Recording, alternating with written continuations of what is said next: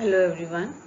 In our previous class, we read about the transportation system, means of transport, and we had started the landways. In this category, we read about roadways, railways, and the pipelines. Roadways we have already completed. Today we will start the railways. So railways कब शुरू हुआ, क्या उसके features हैं, क्या importance. In this map, you can see the density of maps in railway tracks in India, from Jammu Kashmir to Kanyakumari and from Porbandar to Assam. Railways are the principal mode of transportation for goods and passengers in India.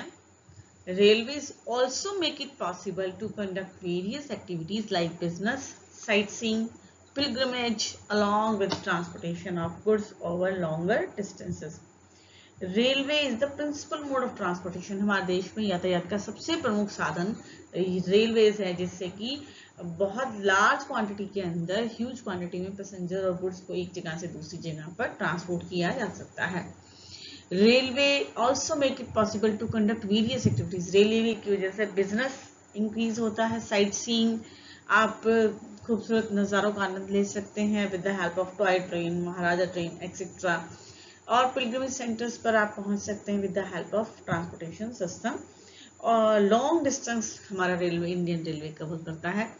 Apart from an important means of transport, the Indian railways have been a great integrating force for more than 150 years. Apart from an important means of transport, the Indian Railways have been a great integrated force for more than 150 years. पिछले 150 सालों से भारत को एकता के सूत्र में पिरोने वाला railway development of industry and the agriculture. ना केवल इंडस्ट्री बल्कि कृषि के विकास में भी रेलवे का बहुत ही महत्वपूर्ण योगदान है.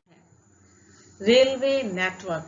The Indian Railway have a network of 7,031 stations spread over a route length of 63,221 km, with the fleet of 7,817 locomotives, 5,321 passengers service vehicles, 4,904 other coach vehicles, and 2,28,170 wagons.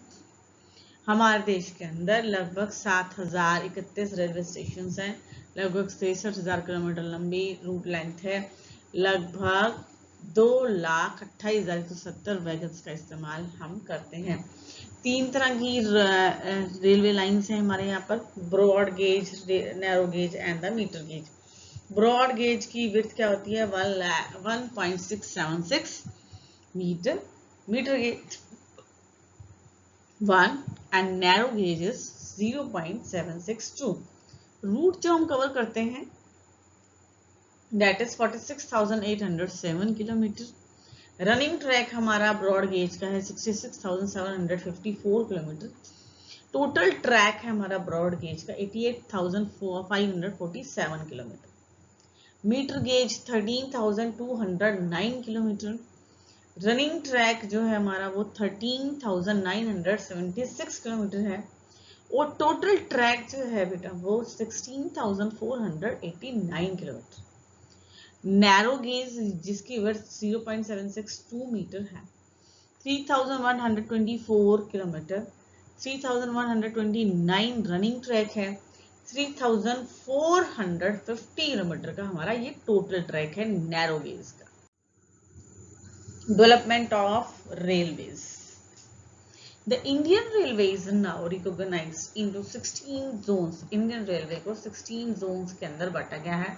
North, west, east, south, north east, north west, central, like this. The distribution pattern of the railway network in the country has been largely influenced by the physiographic, economic and administrative factors.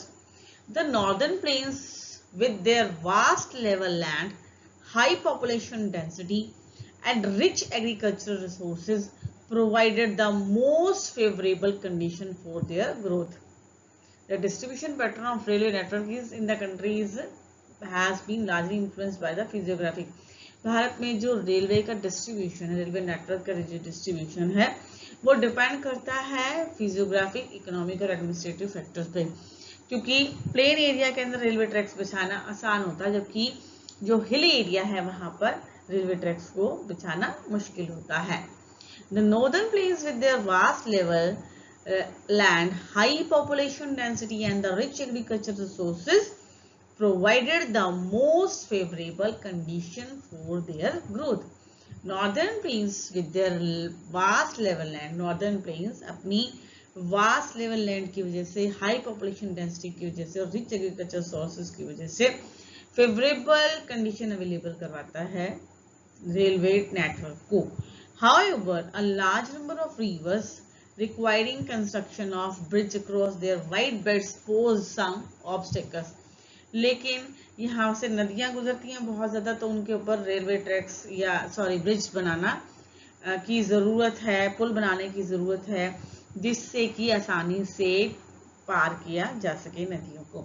In the hilly terrains of the peninsular region, railway tracks are laid down through low hills, gaps, or other ways. In the hilly areas के अंदर, peninsular जो प्लेटू reason है वहां पर लो hills के अंदर या gaps के अंदर या टनल्स के द्वारा रेलवे क्रॉसिंग्स बनाई जाती हैं, रेलवे ट्रैक्स बनाए जाते हैं, जिससे कि आसानी से या रेलवे जो है वो अपना काम कर सके.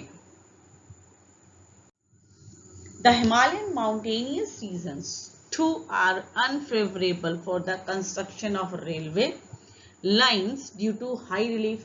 जो माउंटेनियस रीजन है हमारा या स्पेशली हिमालयन रीजन है, वहां पर पॉपुलेशन डेंसिटी भी कम है, इकोनॉमिक अपॉर्चुनिटीज भी कम है, और यहाँ पर ये वो एरिया है जहाँ पर कि रेलवे ट्रैक्स लाइन्स को बिछाना काफी मुश्किल है, क्योंकि टेरेन जो है वो रफ है.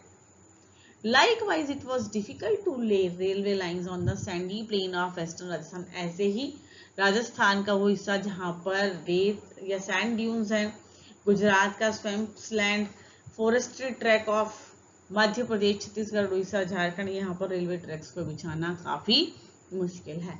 The contiguous stretch of Sahyadri could be crossed only through gaps or passes.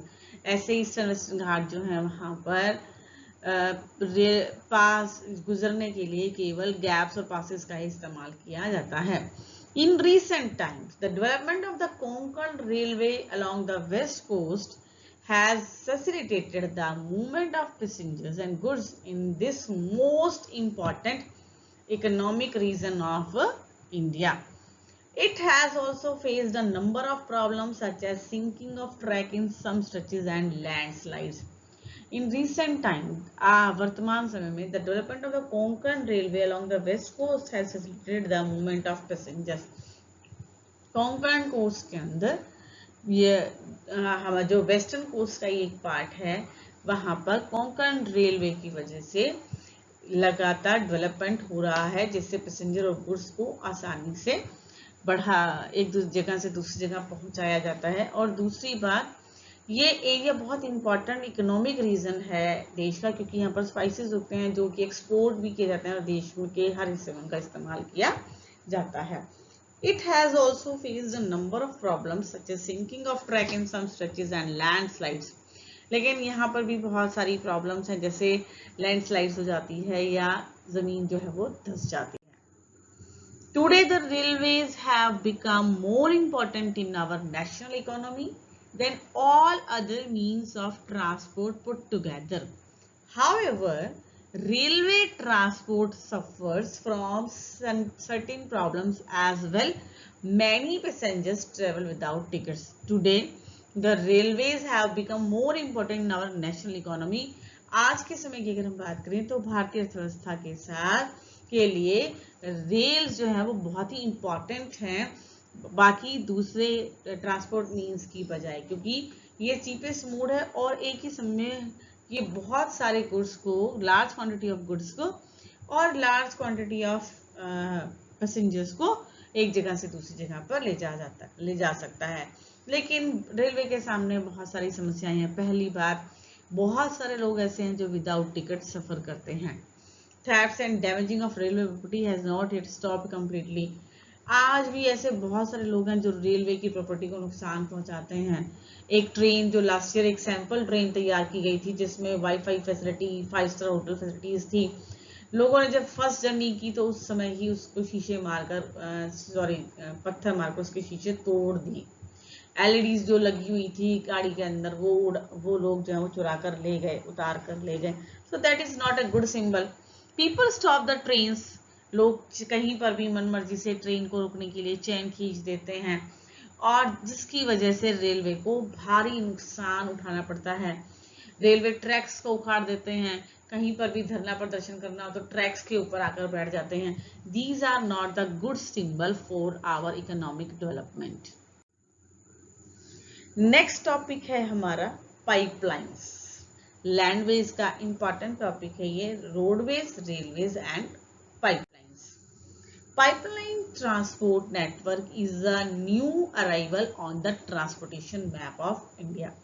Pipelines जो है वो एक नया थीम है ट्रांसपोर्टेशन मैप, भारत के ट्रांसपोर्टेशन मैप में। In the past these were used to transport water to cities and industries. प्राचीन काल में पाइपलाइंस का इस्तेमाल पानी को शहरों तक या इंडस्ट्रीज तक पहुंचाने के लिए किया जाता था।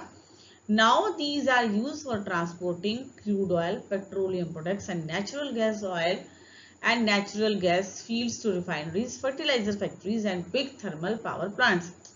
लेकिन आज के समय में, प्राचीन काल में केवल पानी की सप्लाई के लिए ही पाइपलाइंस का इस्तेमाल किया जाता था, पर आज के समय में these are used for transporting crude oil। Crude oil को ट्रांसपोर्ट करने के लिए कच्चे तेल को, पेट्रोलियम प्रोडक्ट को, नेचुरल गैस को और नेचुरल गैस को फील्ड से रिफाइनरीज तक पहुंचाने के लिए, फर्टिलाइजर फैक्ट्रीज तक पहुंचाने के लिए, बिग थर्मल पावर प्लांट्स तक पहुंचाने के लिए पाइपलाइंस का इस्तेमाल किया जाता है। ये बेस्ट मोड ऑफ ट्रांसपोर्ट है क्योंकि आपने एक बार इंफ्रास्ट्रक्चर को डेवलप किया, उसके बाद आपकी ट्रांसपोर्टेशन कॉस्ट जो है वो जीरो हो जाती है, आपको कुछ भी पे नहीं करना पड़ता। Solids can also be transported through a pipeline when converted into slurry। Solid को भी ट्रांसपोर्ट किया जा सकता है पाइपलाइन के जरिए, इसको स्लरी में कन्वर्ट करके। इसका एग्जांपल है विशाखापट्टनम पोर्ट के ऊपर आयरन जो है वो स्लरी फॉर्म में pipe with the help of pipelines transport किया जाता है। नेक्स्ट है the far inland location of refineries like Barauni, Mathura, Panipat and gas-based fertilizer plant could be thought of only because of pipelines। Pipelines की वजह से ही हमारी बहुत बड़ी रिफाइनरीज, जो इनलैंड रिफाइनरीज है हमारी बरूनी, मथुरा, पानीपत के अंदर, और फर्टिलाइजर प्लांट्स पॉसिबल हो पाए हैं with the help of pipelines. अगर पाइपलाइंस ना होती तो ये रिफाइनरीज एस्टेब्लिश ही नहीं हो सकती थी। Initial cost of laying pipelines is high. Pipelines को बिछाने की कॉस्ट बहुत ज्यादा आती है, but subsequent running cost are minimum. लेकिन इनको रनिंग कॉस्ट जो है वो इनकी बहुत ही कम है। It rules out transshipment losses और डिलेज। इट रूल्स ट्रांसशिपमेंट में जो खर्चा आता है या लॉसेज होते हैं, डिलेज होती है, उससे हम इससे बच सकते हैं।